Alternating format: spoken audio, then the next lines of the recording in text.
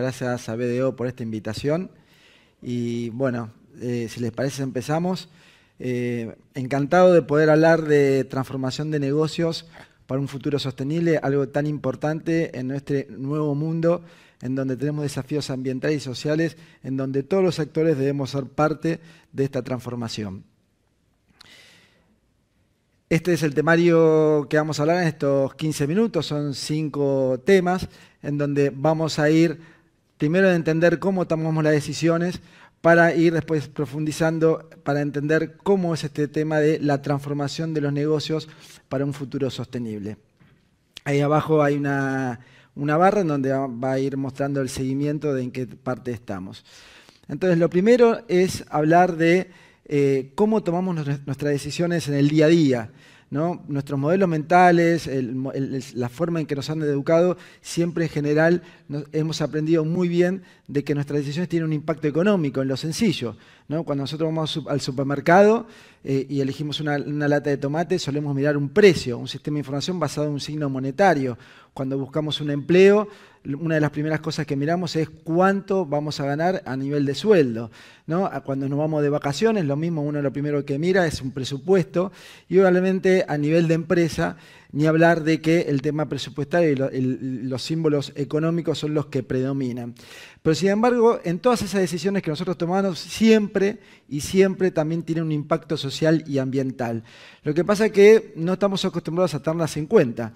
Entonces, pensemos en esa lata de tomate, ¿no? Si alguna vez nos hemos preguntado, al comparar entre lata de tomate, además del precio, qué impacto ambiental tiene la fabricación de esa lata de tomate. O, por ejemplo, si esa lata de tomate tiene algún impacto social, ¿no? Porque perfectamente una lata de tomate pudo haber estado fabricada con trabajadores que estén en situación de discapacidad, ¿no? Con lo cual, obviamente, esa fabricación de lata de tomate promueve un empleo inclusivo. Entonces, ese tipo de decisiones es en general la que nunca hemos tenido en cuenta, pero sin embargo siempre, digamos, al elegir un producto, siempre ha tenido un triple impacto. Entonces, entendiendo esto, hablar de transformación es tratar de entender dónde creamos valor y dónde destruimos valor, pero de una perspectiva holística, ¿no? Social, ambiental y económica. Y inevitablemente, al hablar de esto también, para esto que se internalice en las empresas, es hablar de cuál es el propósito, ¿no? Es una pregunta existencial, filosófica, en donde les hago la pregunta a la audiencia de si saben cuál es su propósito en la vida, para qué están en este mundo a nivel individual. Bueno, entonces probablemente muchos digan que no sea únicamente crecer económicamente, sino también vincularse con la naturaleza, somos un actor social. Y al nivel de empresa es lo mismo, las empresas son personas jurídicas, o sea, son personas, y la pregunta es cuál es el propósito. Entonces, el propósito de las empresas en la historia siempre se ha debido a los que son los grupos de interés basados en accionistas y maximizar el retorno económico hacia estos accionistas. Pero ahora, en esta nueva era del desarrollo sostenible, hay que hablar de las empresas con propósito en donde no solo se deben a los accionistas, sino también a los grupos de interés entre los cuales están los accionistas. Entonces esto cambia radicalmente el propósito por el cual existe una empresa, en donde la forma de crear valor inevitablemente debe contemplar a un abanico mucho más amplio de grupos de interés para los cuales son necesarios para que el negocio sea sostenible en el tiempo. Y esto no lo estoy diciendo yo, esto son declaraciones y ya posiciones que están tomando organismos como el World Economic Forum, el Business Roundtable de Estados Unidos, que agrupa las principales empresas americanas de ese país. También, por ejemplo, empresas como Natura y Danone han cambiado sus estatutos sociales para ser empresas con propósito, donde su objeto social a nivel jurídico plantea que el principal objetivo es crear valor social y ambiental, reconociendo, por supuesto, que crear valor económico es fundamental también para su subsistencia. Entonces, avanzando con lo siguiente, habiendo un poco visto cómo debemos entender la toma de decisiones, fíjense, este nuevo modelo de desarrollo de la economía de la dona, lo que plantea es que el desarrollo sí o sí debe contemplarse dentro de 9 límites planetarios y considerando una base social mínima necesaria para que podamos tener una calidad de vida basada en derechos humanos mínimos. Entonces, lo que plantea este modelo de desarrollo es que debemos poder desarrollarnos sin superar los umbrales ecológicos, es decir, sin sin consumir más de lo que la naturaleza es capaz de darnos y, por supuesto, generando una base social, ¿no? Un desarrollo social mínimo que nos permita tener una calidad de vida basada en derechos humanos. Este modelo de desarrollo, ya reconocido por científicos y adoptado por organismos internacionales, lo que muestra es que este modelo de desarrollo actual está superando 4 de los 9 umbrales planetarios para que la vida del ser humano pueda existir en el planeta Tierra. Y en lo que es a nivel de social, en los 12 indicadores, en las 12 dimensiones que analiza, en las 12 dimensiones somos deficitarios. Básicamente lo que está planteando este modelo de desarrollo es que estamos operando por fuera de los límites planetarios y que a nivel de base social en ninguna estamos en una buena situación. Por supuesto, este modelo de desarrollo lo que plantea es que el desarrollo sostenible debe operar en lo que es la franja verde clara, que es por debajo del techo ecológico y por arriba de una base social. Algo importante en esto, ¿no? Para mencionar, es que se dice que estamos en la 6ª extinción masiva de especies. Esto lo dice el IPBES, que es un organismo internacional que estudia la pérdida de biodiversidad. Y para un poco poner importancia a esto, la 5ª extinción masiva de especies fue la de los dinosaurios. Entonces esto es importante porque sin naturaleza no hay sociedad posible y, por supuesto, sin sociedad y sin naturaleza no hay economía que pueda crecer. Fíjense, por eso es que hablamos de que estamos en la era del antropoceno, que es la primera vez en la historia del planeta Tierra en donde el cambio, el equilibrio ecosistémico está ocurriendo a raíz de la actividad de una especie. ¿Cuál? La del ser humano.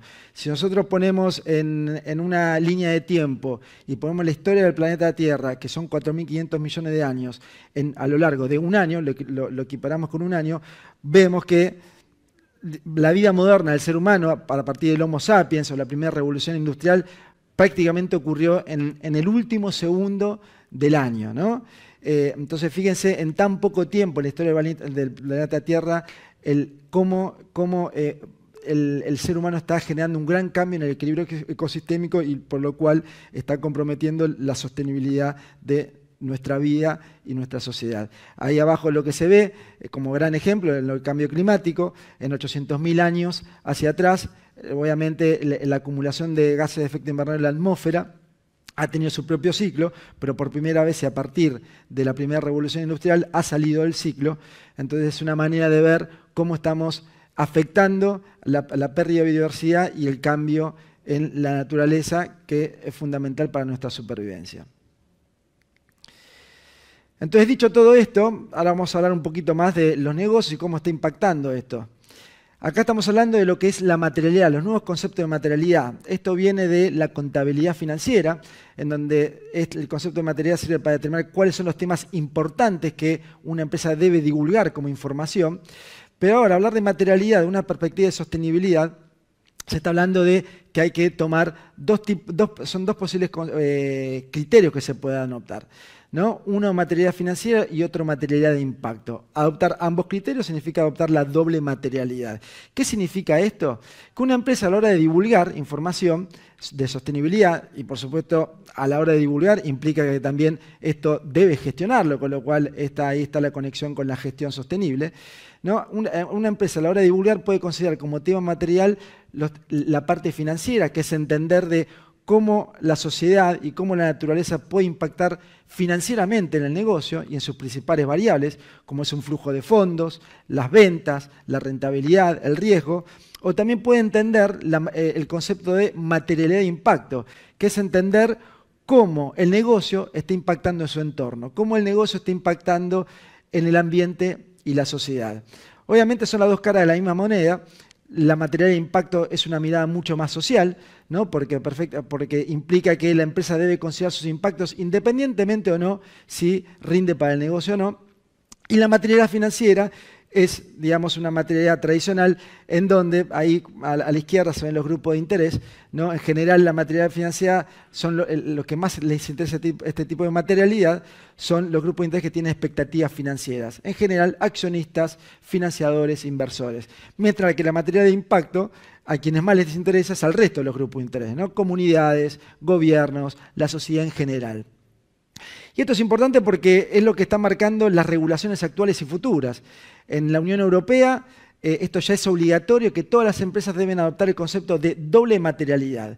Es decir, deben gestionar y deben transparentar su gestión en función de cómo los temas sociales y ambientales impactan en el negocio, pero también cómo la empresa está impactando en su entorno.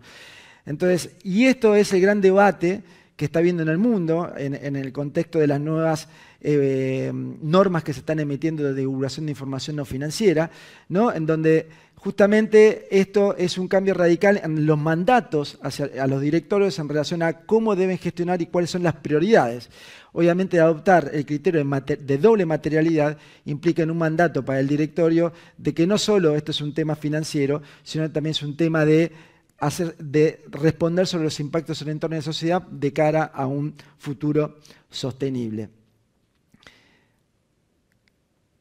Entonces, para entender un poquito mejor esto de la doble materialidad, ¿no? ¿Qué es lo que están queriendo saber los inversores en los negocios? Ya no quieren saber únicamente los temas financieros, sino que quieren saber, no quieren saber cuánto ganó una empresa, sino también cómo ganó la empresa. Y esto no solo los inversores, sino también los grupos de interés. Entonces, vamos a ver un cuadrito que probablemente muchos en la audiencia estén bastante familiarizados, que es un estado de resultados, un resultado económico de la empresa, ¿no? El EBITDA, el famoso EBITDA.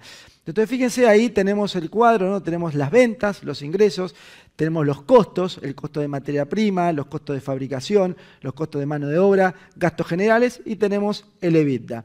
Entonces, la gran pregunta es, acá está muy claro, y lo tenemos todos muy claro, de cuánto ganó la empresa. Ganó $1.450.000, vamos a poner esa unidad monetaria. La pregunta es, de una perspectiva de sostenibilidad, es, bueno, ¿cómo ganó la empresa todo esto? Entonces, es acá en donde el concepto de gestión sostenible es hablar de los impactos directos e indirectos en relación a temas sociales y ambientales que se han generado a partir de este resultado económico. Entonces, el desafío justamente es entender esto, ¿no? El EBITDA, $1.450.000, fue generado con tantas emisiones de gases de efecto invernadero, tantos litros de agua consumidos, tanto consumo de energía, tanta generación, kilogramos de residuos generados. Y de una perspectiva social, este EBITDA fue generado con cierta cantidad de accidentes laborales, con ciertos criterios de diversidad e igualdad de oportunidades, y con otros criterios, por ejemplo, de compras inclusivas, con cuántos proveedores que tienen criterios sociales, por ejemplo, proveedores en situación de discapacidad o proveedores que contratan personas que se ubican en poblaciones de situaciones vulnerables. Entonces, de esto se trata, de cómo ha ganado la empresa y ha generado ese resultado. Para un poquito ir más en detalle, fíjense, por ejemplo, en las ventas, es hablar de, bueno, empecemos a desarrollar estrategias de estas ventas, cuántas están asociadas a productos que generan beneficio al ambiente, cuántas son ventas que están orientadas hacia resolver problemas sociales, de una perspectiva de los costos de materia prima, hablar de cuál es la huella ambiental y la huella social de esa adquisición de materias primas, que tiene que ver inevitablemente con trabajar hacia los proveedores. En lo que es costo de mano de obra, es hablar, bueno, con cuántos accidentes laborales ha ocurrido esto, se ha generado este EBITDA. O hablar de qué diversidad e igualdad de género hay dentro de esa mano de obra. En los costos de fabricación lo mismo, ¿no? ¿Qué huella ambiental y social fue necesaria para hacer esa conversión de valor agregado hacia el producto o servicio final que se otorga al cliente? Entonces, obviamente el gran desafío en esto es ver cómo lograr este mismo resultado, pero generando cada vez mayor impacto social y cada vez generando menor impacto ambiental negativo, por no decir también cómo lograr que esto también permita a regenerar la naturaleza en la pérdida de biodiversidad y generar mayor equidad e inclusión social. Por supuesto, esto no se genera de la noche a la mañana. Las empresas tienen un gran desafío y este es un recorrido, este es un modelo que yo utilizo mucho en consultoría para entender y diagnosticar dónde está ubicada la empresa en su proceso de maduración hacia la gestión sostenible. En donde en general las empresas, y siempre va a tener mucho que ver con la mirada del directorio y los accionistas, es esto de, pueden tener una mirada reactiva o una mirada de oportunidad, ¿no? La mirada reactiva siempre es tardía, siempre es porque me lo piden o porque ocurrió algo malo. La mirada de oportunidad es una mirada proactiva, en donde uno busca ya directamente ir hacia adelante y anticiparse las cosas. Por supuesto, la mirada de oportunidad es una mirada de mucho más liderazgo por parte de los accionistas y del directorio. Entonces, fíjense que en este camino, ¿no? Primero la empresa empieza a hacer esto simplemente porque ocurrió algo malo, después lo hace porque, bueno, porque lo tiene que hacer, porque tiene que cumplir. Después empieza a entender que empieza a haber riesgos alrededor de este tema, hasta que empieza a verlo esto como una mirada más estratégica, en donde empieza a entender que hay oportunidades comerciales. Y por último, ¿no? La mirada mucho más, digamos, la etapa más madura, ¿no? En este recorrido, ya son las empresas con propósito, en donde esto lo hacen no solo por un tema de negocio, sino porque entienden que es la única manera de vivir en sociedad.